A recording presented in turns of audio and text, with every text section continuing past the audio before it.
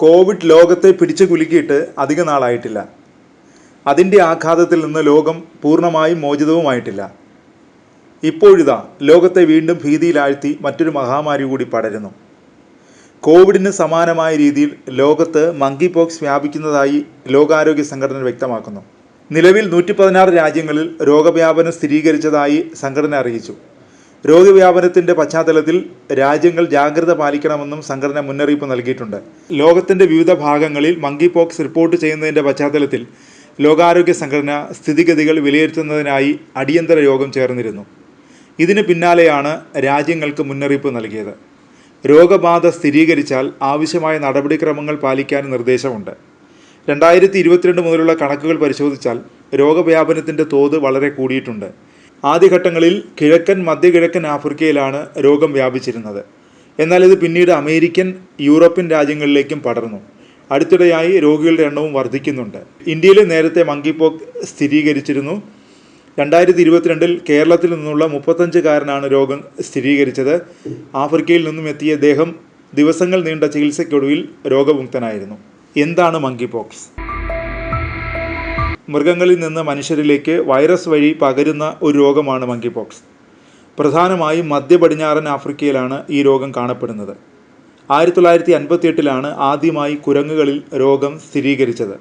1970 democratic republic of കോങ്കോയിൽ 9 വയസ്സുള്ള ആൺകുട്ടിയിലാണ് മനുഷ്യരിൽ monkey pox ആദ്യമായി കണ്ടെത്തിയത്.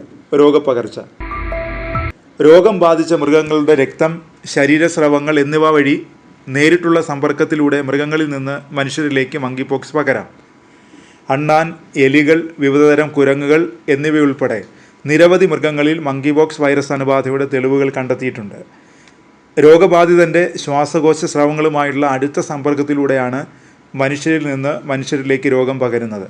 ക്ഷതങ്ങൾ, ശരീരസ്രവങ്ങൾ, ശ്വസന തുള്ളികൾ, കിടക്ക പോലുള്ള വസ്തുക്കൾ എന്നിവയുമായുള്ള സമ്പർക്കം, രോഗം ബാധിച്ചയാളുമായുള്ള ലൈംഗിക ബന്ധം എന്നിവയിലൂടെ മങ്കി പോക്സ് വൈറസ് ഒരാളിൽ നിന്ന് മറ്റൊരാളിലേക്ക് പകരും.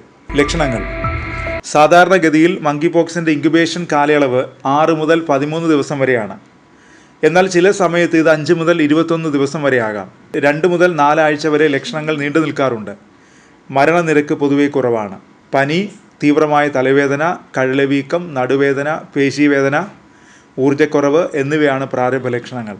പനി വന്ന് 13 ദിവസത്തിനുള്ളിൽ ദേഹത്ത് കുമിളകൾ പ്രത്യക്ഷപ്പെടാൻ തുടങ്ങും. മുഖത്തും കാലുകളിലുമായാണ് കൂടുതൽ കുമിളകൾ കാണപ്പെടുന്നത്.